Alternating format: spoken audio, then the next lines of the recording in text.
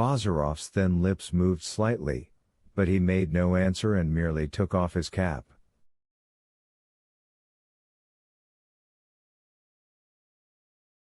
His fair hair, long and thick, did not hide the prominent bumps on his broad skull.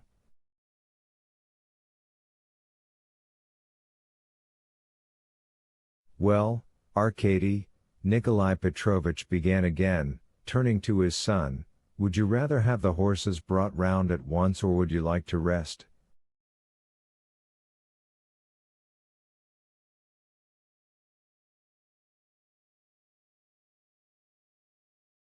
"We'll rest at home, Daddy. Tell them to harness the horses." At once," his father exclaimed. "Hey, Pyotr, do you hear?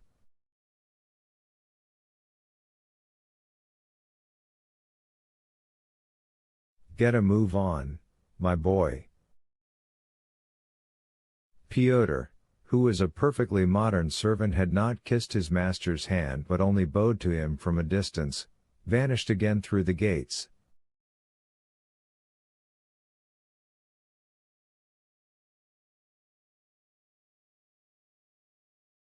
"I came here with the carriage, but there are 3 horses for your tarantass also," said Nikolai Petrovich fussily, while Arkady drank some water from an iron bucket brought to him by the woman in charge of the station, and Bazarov began smoking a pipe and went up to the driver, who was unharnessing the horses. "There are only 2 seats in the carriage, and I don't know how your friend."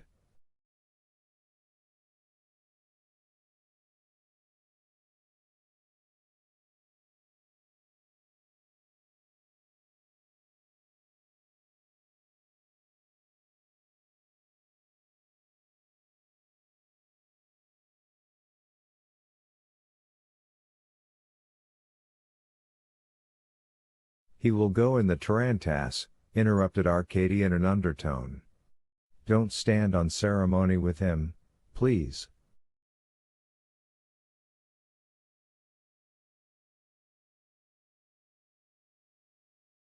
"He's a splendid fellow, so simple, you will see."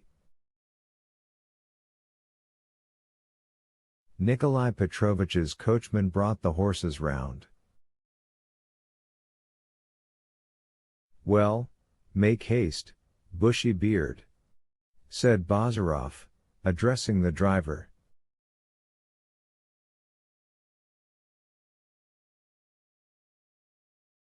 "Do you hear, Mitya?" chipped in another driver, standing with his hands behind him thrust into the slits of his sheepskin coat, "what the gentleman just called you?"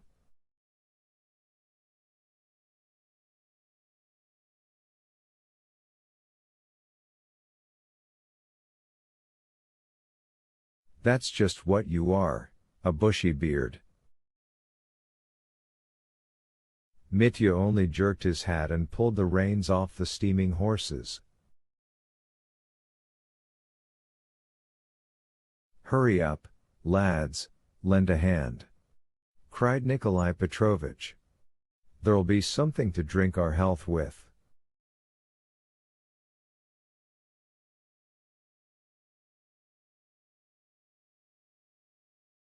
In a few minutes the horses were harnessed, father and son took their places in the carriage, Pyotr climbed onto the box, Bazarov jumped into the tarantass, leaned his head back against the leather cushion, and both vehicles rolled away.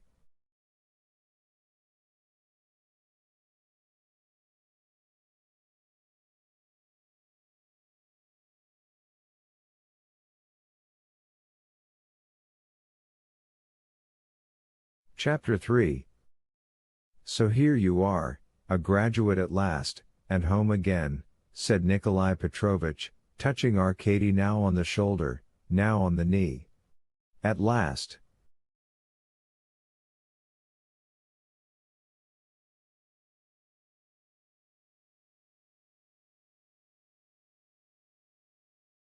"And how is uncle? Is he well?" asked Arkady, who in spite of the genuine, almost childish joy which filled him, wanted as soon as possible to turn the conversation from an emotional to a more commonplace level.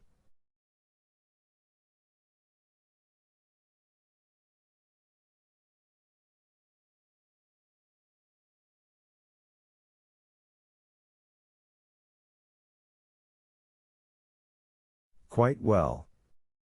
He wanted to come with me to meet you, but for some reason he changed his mind.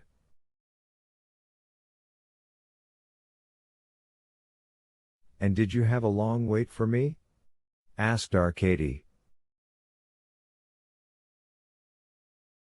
Oh, about 5 hours. You dear old daddy. Arkady turned round briskly to his father and gave him a resounding kiss on the cheek.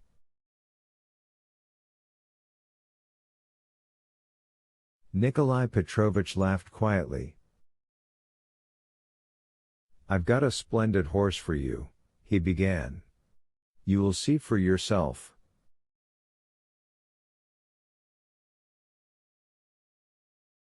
And your room has been freshly papered. And is there a room ready for Bazarov? We will find one all right. Please, Daddy, be kind to him. I can't tell you how much I value his friendship. You met him only recently? Quite recently. That's how I didn't see him last winter. What is he studying? His chief subject is natural science. But he knows everything. Next year he wants to take his doctor's degree. Ah. He's in the medical faculty, remarked Nikolai Petrovich, and fell silent. Pyotr, he went on, stretching out his hand, aren't those our peasants driving along?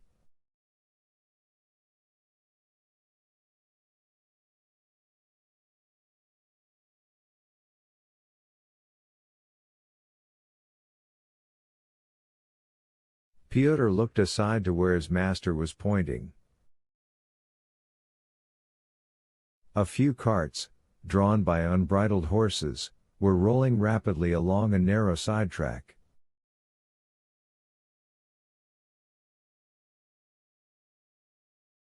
In each cart were seated 1 or 2 peasants in unbuttoned sheepskin coats. Just so, sir, replied Pyotr. Where are they going? To the town? To the town, I suppose, to the pub, Pyotr added contemptuously, and half turned towards the coachman as if including him in the reproach.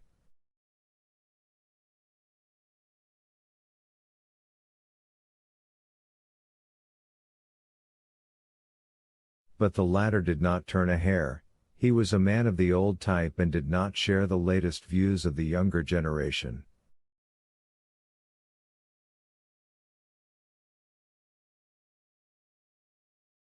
The peasants have given me a lot of trouble this year, went on Nikolai Petrovich, turning to his son. They won't pay their rent.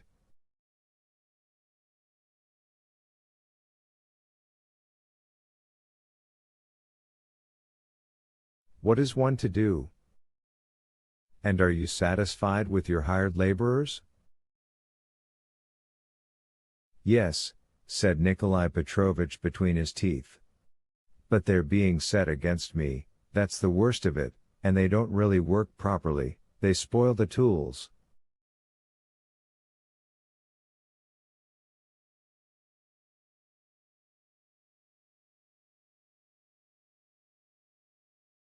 However, they've managed to plow the land. We shall manage somehow, there will be enough flour to go round. Are you starting to be interested in agriculture? What a pity you have no shade, remarked Arkady, without answering the last question.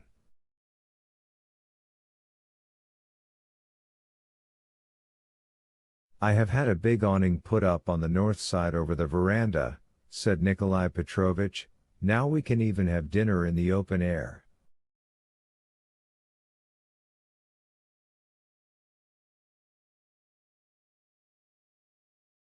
Won't it be rather too like a summer villa? But that's a minor matter. What air there is here! How wonderful it smells!